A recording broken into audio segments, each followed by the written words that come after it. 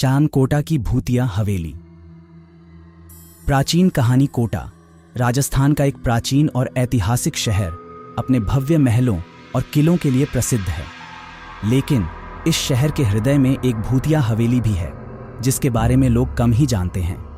यह हवेली राजगढ़ हवेली के नाम से जानी जाती है। इस हवेली का इतिहास बेहद पुराना और रहस्यमयी है। तरानासा हवेली का इतिहास राजगढ़ हवेली को लगभग 200 साल पहले एक अमीर जमींदार राजा हरि सिंह ने बनवाया था।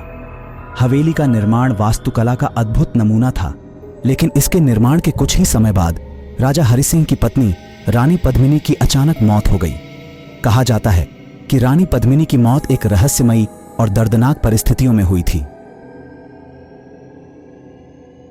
रानी पद्मिनी की आत्मा। रानी पद्मिनी की मौत के बाद हवेली में अजीब और डरावनी घटनाएं घटने लगीं। हवेली के सेवकों ने बताया कि रात के समय हवेली के कमरों में रानी पद्मिनी की परछाई दिखाई देती थी। लोग कहते हैं कि रानी की आत्मा हवेली में भटकती रहती है और वह अपने अधूरे कार्यों के कारण शांति नहीं पा सकी। राजगढ़ हवेली खंडहर में बदल चुकी है, लेकिन इसकी डरावनी कहानियों ने इसे एक मशहूर भूतिया जगह बना दिया है। कई साहसी लोग और अन्वेषक यहां आकर रात बिताने की कोशिश करते हैं, लेकिन ज्यादातर लोग डर के मारे भाग जाते हैं। अर्जुन एक युवा और जिज्ञासु व्यक्ति जिसने हाल ही में अपने दोस्तों के साथ कोटा आने का निर्णय लिया।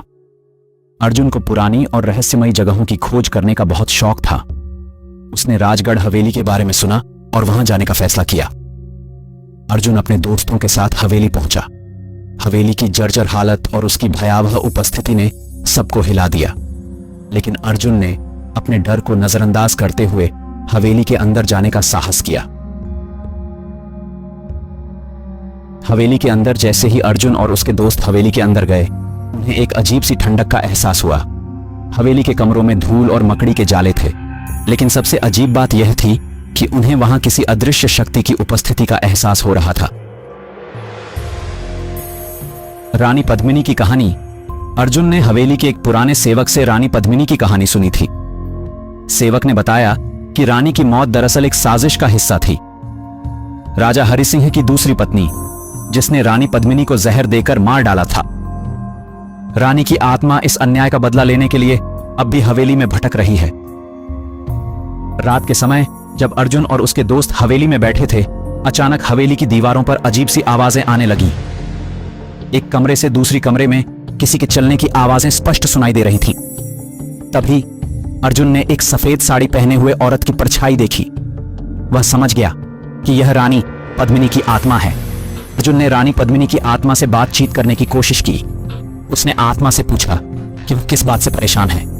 रानी की आत्मा ने बताया कि उसकी मौत एक षड्यंत्र का हिस्सा थी और जब तक उसकी मौत का बदला नहीं लिया जाता, वह शांति नहीं पा सकती। अर्जुन ने रानी की आत्मा को वचन दिया कि वह उसकी कहानी दुनिया के सामने लाएगा और उसके अन्याय का बदला लेगा। अर्जुन ने अपने दोस्तों के साथ मिलकर रानी पद्मिनी की कहानी को रिकॉर्ड किया और इसे सोशल मीडिया पर साझा किया।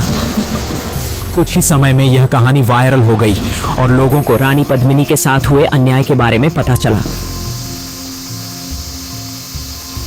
अंत रानी पद्मिनी की आत्मा ने अर्जुन को धन्यवाद दिया और कहा कि अब वह शांति पा सकेगी। हवेली में रहने वाली आत्माएं अब शांत हो गई थीं। अर्जुन और उसके दोस्तों ने एक साहसिक और रोमांचक यात्रा का अनुभव किया, लेकिन सबसे महत्वपूर्ण बात यह थी कि उन्होंने एक अधूरी आत्मा को शांति प्रदान की। कोटा की राजगढ़ हवेली अब भी खड़ी है, लेकिन उसकी डरावनी कहानियां अब खत्म हो चुकी हैं। लोग अब इसे एक ऐतिहासिक धरोहर के रूप में मानते हैं, जहां एक समय भूतिया घटनाएं घटती थीं, लेकिन अब वहां शांति और सुकून है।